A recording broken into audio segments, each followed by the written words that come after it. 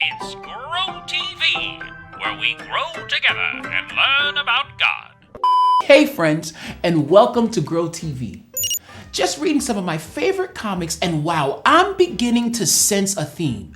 These heroes always encounter situations that seem hopeless, and then somehow, someway, they're able to find it. Find what? Oh, hi. Hope. Hi, and my name's not Hope. No. You asked me if they can find it. I find what? Hope. My name isn't. You know what? Never mind. Speaking of Hope, have I got a game for you? It's called Jump Hope. Wanna play? Well, yeah, okay, sure. Just like a true superhero, jumping in, even though you don't have the slightest idea what you're about to get into. How do you play? Well, how do you play Jump Hope? It's pretty easy, actually. I give you this jump rope. I give you an amount of time, say 10 seconds, 30 seconds, 1 minute, 15,342 hours. Huh? Then you tell me how many hops you hope to hop in that amount of time. By jump roping, of course. Oh, I got this. I just so happen to be a superhero jump roper. Set the timer for 21 seconds. How many hops do you hope to hop in 21 seconds? Okay, I hope to hop 30 times. Okay, 30 hops have been hoped for. Start the clock in 3, 2, and 1. Hop.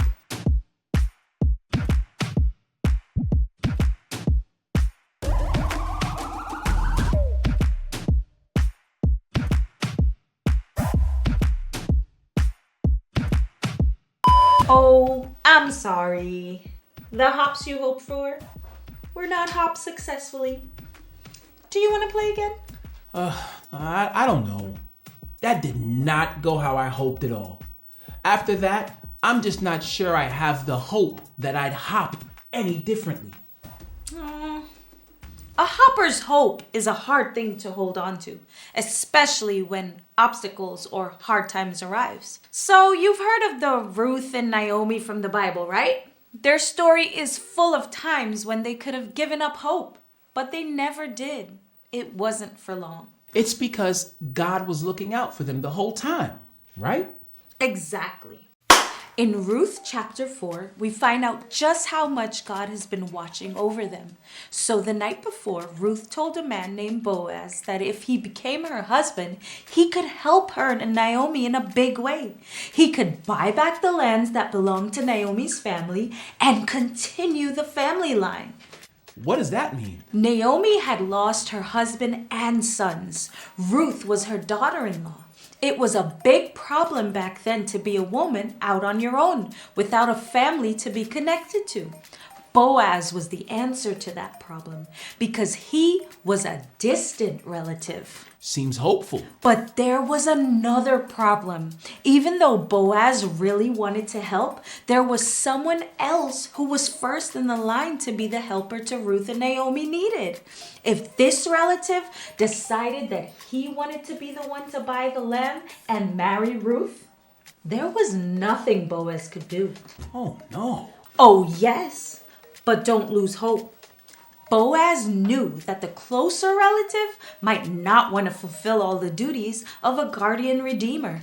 Getting to redeem all of Naomi's land might sound good, but whoever became the guardian redeemer would have to marry Ruth and continue Naomi's husband's family line, not his own. Yeah, I can see how that might be a deal breaker. Exactly. So Boaz told the other relative all about how he could get all of Naomi's land. The relative really liked the idea and wanted to do this right away.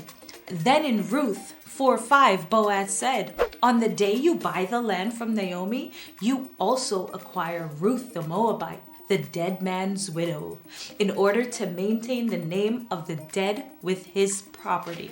What did he say? He said basically, no thanks. You go ahead. So in Ruth 4:9, Boaz said to everyone, "Today You are witnesses that I have bought from Naomi all the property of Elimelech, Kilion, and Mahlon. I have also acquired Ruth the Moabite, Mahlon's widow, as my wife, in order to maintain the name of the dead with his property, so that his name will not disappear from among his family or from his hometown. Today you are my witnesses, meaning that Ruth and Naomi had a new family to be a part of. A happy and hopeful ending. I like that. Yes, because Naomi and Ruth kept hoping no matter what, and Boaz did too. Later, God gave Ruth and Boaz a son named Obed. Naomi was very sad when she lost her husband and sons, and now God gave her a new hope through this baby. God gave new hope to all of them, and God gives hope to all of us. How? It's actually my favorite part. So Boaz and Ruth's great, you get the idea, great-grandson is Jesus. Jesus came to the earth to give everyone a new hope. There are times when we might give up and feel sad, but when we think about how much God cares for us, we can't lose hope because God gives us hope. Thanks for the Bible story. I was thinking Naomi and Ruth probably wouldn't have even guessed that's how their story would go. There are so many obstacles along the way and unexpected turns. Even when they were sad, they kept allowing God to give them hope.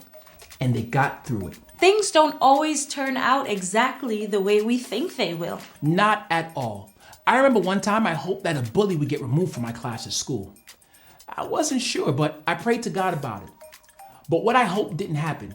Instead, that bully changed completely. They stopped being a bully and we became friends. God gave me hope even when it was nothing like I hoped for in the first place. See, if we're willing to keep looking, God gives us hope.